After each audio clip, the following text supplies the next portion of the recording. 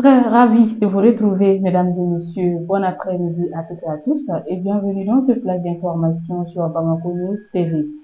Nous ouvrons ce flash d'information par l'actualité nationale. Le Conseil des ministres malien réuni le mercredi 30 octobre 2024 sous la présidence du général d'armée Assimi Goïta a adopté une série de mesures importantes sur le développement du pays, priorité à la santé et à la sécurité. La protection de la santé publique a été au cœur des discussions. Le gouvernement a adopté un projet de loi renforçant la biosécurité et la biosécurité. Cette initiative vise à prévenir les risques liés aux agents pathogènes et à garantir la sécurité sanitaire du pays.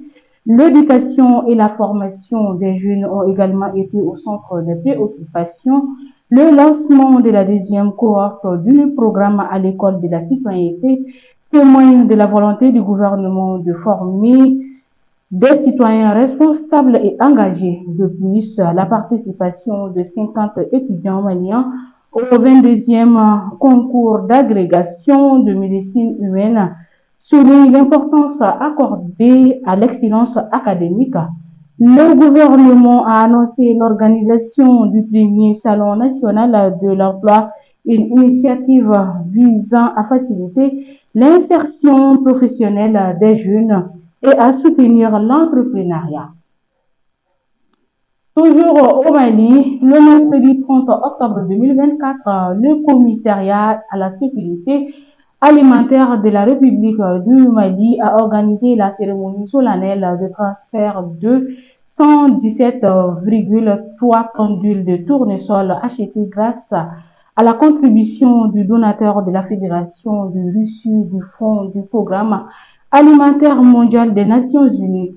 L'ambassadeur de la Fédération de Russie en République du Mali, Igor Gomiko, le ministre commissaire à la sécurité alimentaire de la République du Mali, Redouane Aga Mohamed Ali, le directeur pays AD du PAM, Ibrahima Diallo, le directeur du département de l'Europe au ministère des Affaires étrangères et de la coopération internationale du Mali, Gaussou Cissé ainsi que de représentants des médias russes et maliens ont participé à l'événement. Dans son discours, Igor a souligné que la décision de transfert d'un lot d'huile de tournesol prise par le gouvernement de la Fédération de Russie est un magnifique signe d'amitié et de soutien que la Russie continue et continuera à apporter au peuple frère du Mali.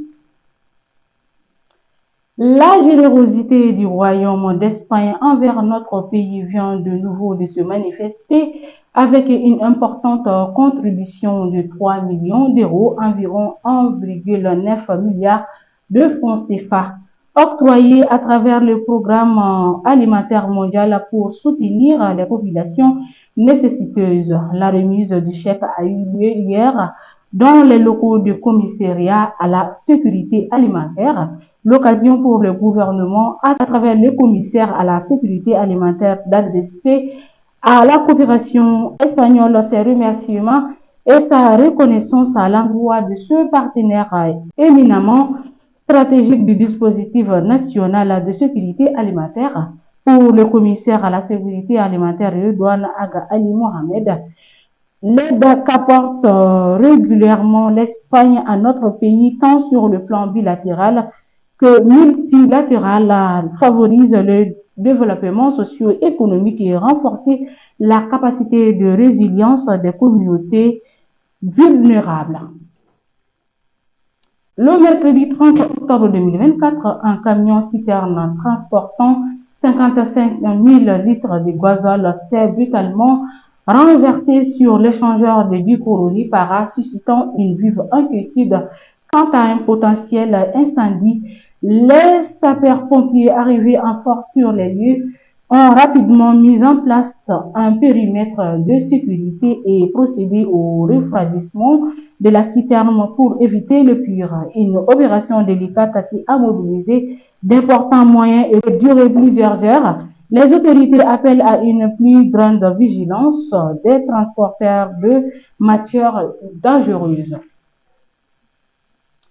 La compagnie Air Nationale Algérie a confirmé la prise de ses vols entre Alger et Bamako prévus pour le 2 décembre 2024 prochain. Dans un communiqué officiel, la compagnie a exprimé son enthousiasme pour le rétablissement de cette liaison suspendue depuis le 17 septembre suite à la fermeture de l'espace aérien malien par les autorités de transition militaire. La réouverture de ces itinéraires est une bonne nouvelle pour les voyageurs réguliers qui pourront de nouveau bénéficier de cette connexion essentielle entre l'Algérie et le Mali.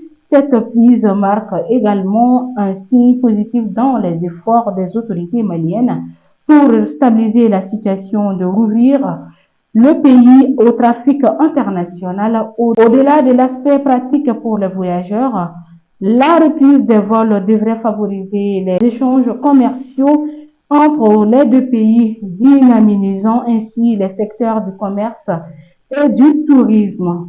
Air Algérie, de son côté, s'engage à maintenir un suivi constant de l'évolution de la situation régionale pour assurer des voyageurs en toute sécurité.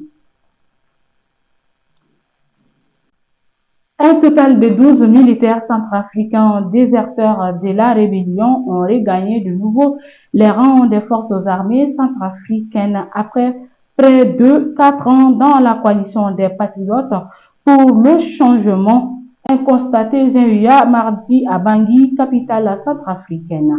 Ces 12 militaires centrafricains ont décidé d'abandonner la rébellion pour réintégrer les rangs de FACA avec leur grade indépendant.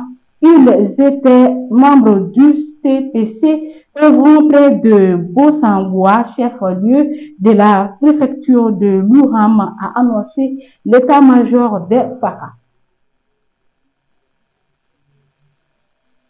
Alors que la campagne présidentielle bat son plein aux États-Unis, des tensions croissantes apparaissent entre les deux principaux camps.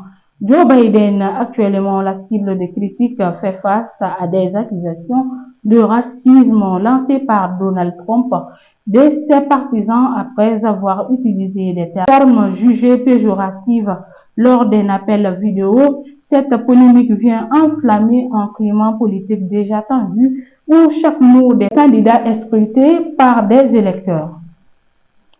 Et voilà, mesdames et messieurs, nous sommes au terme de ce flash d'information. Merci à vous de l'avoir suivi. Au plaisir de vous retrouver très prochainement. D'ici là, portez-vous bien et bonne suite de programmes sur Bamako News TV.